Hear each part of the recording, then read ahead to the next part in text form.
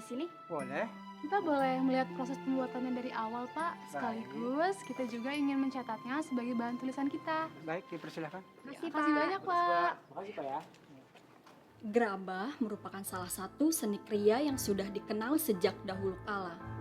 Di era sekarang, para perajin gerabah sudah banyak menggunakan teknologi modern dan sudah menggunakan berbagai macam warna.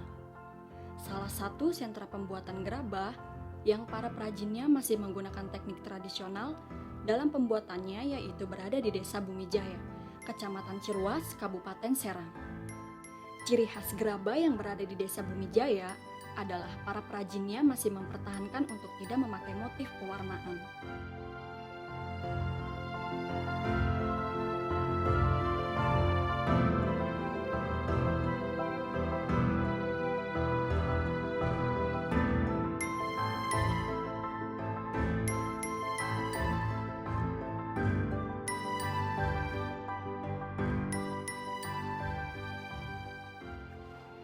Terima kasih ya Pak, kita senang bisa mencoba membuat gerabah. Betul, Pak. Terima kasih banyak. Sama-sama. Semoga bermanfaat bagi kita semua. Amin. Baik, Pak. Pamit ya, Pak. Pamit, Pak ya. Terima kasih, Pak. Waalaikumsalam.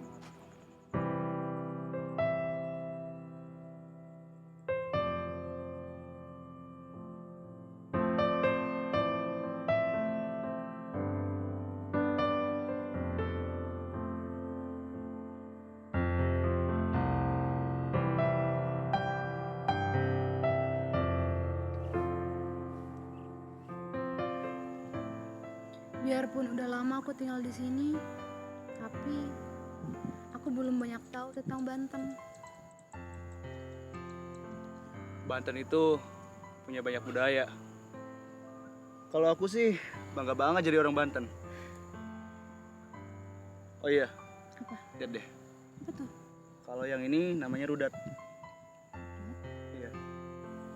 Nah, kalau yang ini namanya debus.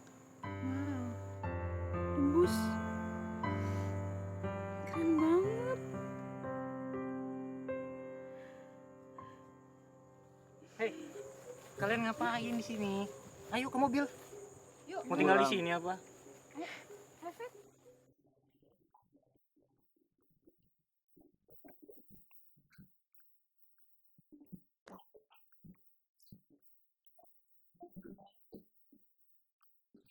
Rudat Banten merupakan gabungan antara seni gerak dan vokal yang diiringi oleh tabuhan ritmis dari waditra. Kesenian ini mendapat pengaruh yang kuat dari agama Islam. Seni rudat berkembang luas hampir di seluruh wilayah Banten. Dalam pementasannya, seni rudat Banten berbeda dengan seni rudat yang berada di wilayah lain di Nusantara, yakni tidak cenderung kepada seni tari. Seni tari bisa disertakan, bisa juga tidak. Rudat Banten sebagai sebuah seni pertunjukan memiliki sejumlah fungsi, antara lain fungsi religius sebagai media dakwah melalui kesenian.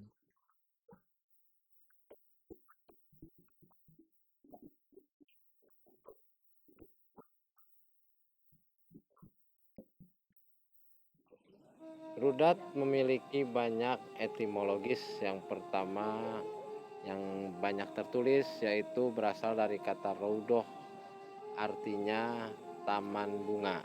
Kemudian yang kedua ada yang mengartikannya berasal dari kata roda atau menangkis.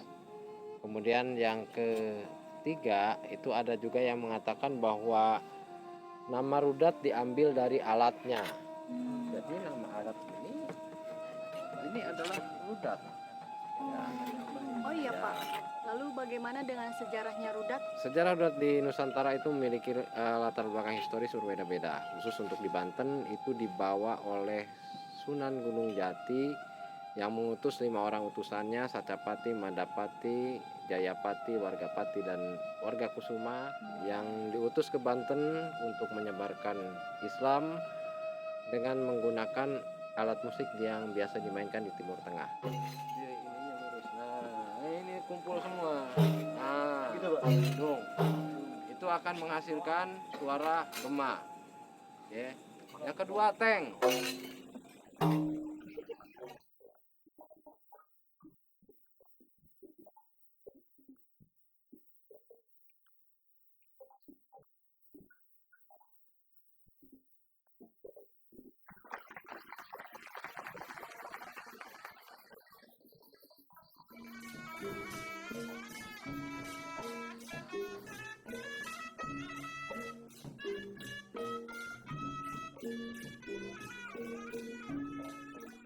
David, Bah. alhamdulillah lambat amat nih buatin rawa-rawa nih pada pekan wenten apa nih kini? Nggih, Bah, kula nonton kuliah. Oh iya, Bah. Kenalkan, rencang kula. Ana Aldi, Ratih, Tasya. Oh ya alhamdulillah. Katuran. Untuk dapat memulai jadi pemain, biasanya dari umur berapa, Bah? Biasanya kalau jadi pemain itu dari umur 19 tahun. Bisa belajar dari umur 19 tahun. Bah, ada ramuan khusus yang dipakai gitu nggak sih, Bah? Soalnya kan nanti ada luka atau goresan gitu, Bah. Ya, ramuan khusus itu memang pasti ada. Tapi yang penting kita ingat kepada Allah Subhanahu wa taala, insya Allah semua itu akan sembuh dengan sendirinya.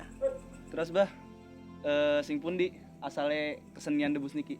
Debus niki asal muasal niku saking Kanjeng Syekh Sultan Mauna Hasanuddin.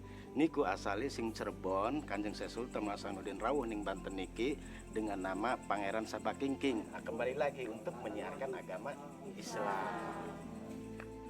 Ya. Jangan dipakai buat pamer-pameran.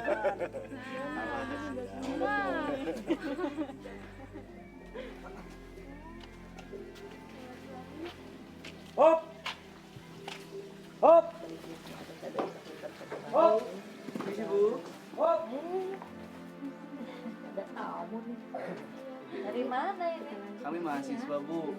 Jadi kami ini lagi nyari-nyari buku, Bu. Oh, Tentang rempah atau lada gitu, Bu. Ada nggak ya kira-kira di sini?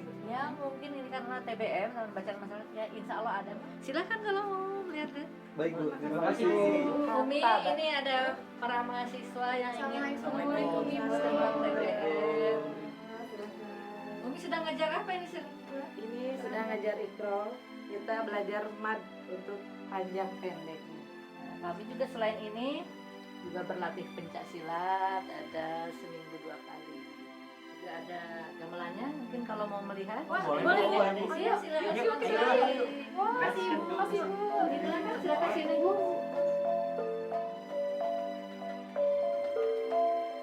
Ini adik-adik, ini Keperita, ketua TBM Libe yang melatih gamelan. Halo, Kak.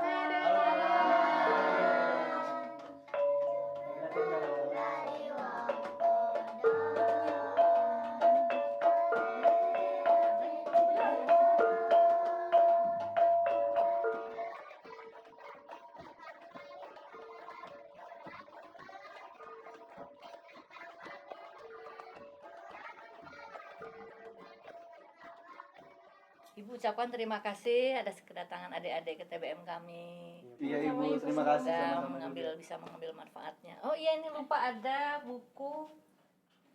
Buku ini di dalamnya ada tentang sejarah budaya Banten, juga mengenai rempah-rempahnya. Mungkin ini buku bisa menjadi referensi untuk karya tulis kalian. Terima kasih banyak, Ibu. Saya terima Iya. bukunya.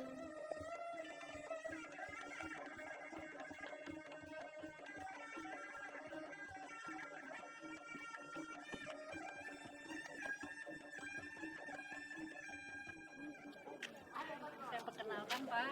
Ini para mahasiswa yang tadi sore datang ke TBM Ya, Libe. untuk masuk ke Cimande itu kita harus di talek dulu.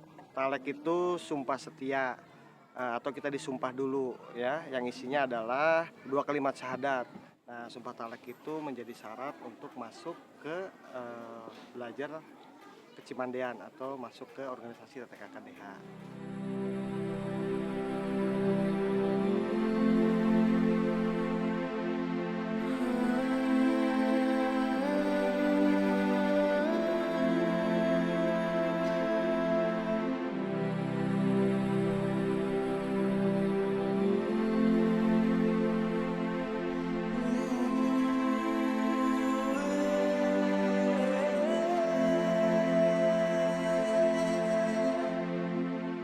Banyak orang mengenal nama Cimande, tapi tak banyak yang tahu bagaimanakah sebenarnya Cimande itu. Bagaikan permata yang terselimuti kabut tipis, hanya bisa dilihat selintas permukaannya tanpa tersentuh kedalamannya. Salah satu misteri Cimande tersebut adalah Talek Cimande. Ilmu pencak Cimande memiliki doktrin yang ditanamkan kepada setiap calon anak muridnya melalui prosesi ijab kabul petalekan. Doktrin ini kemudian berfungsi sebagai sandi tata krama, tata dharma atau kode etik, serta falsafah hidup yang harus dipegang teguh dan setia terhadap talek tersebut. Hembusan angin menyapa, membawa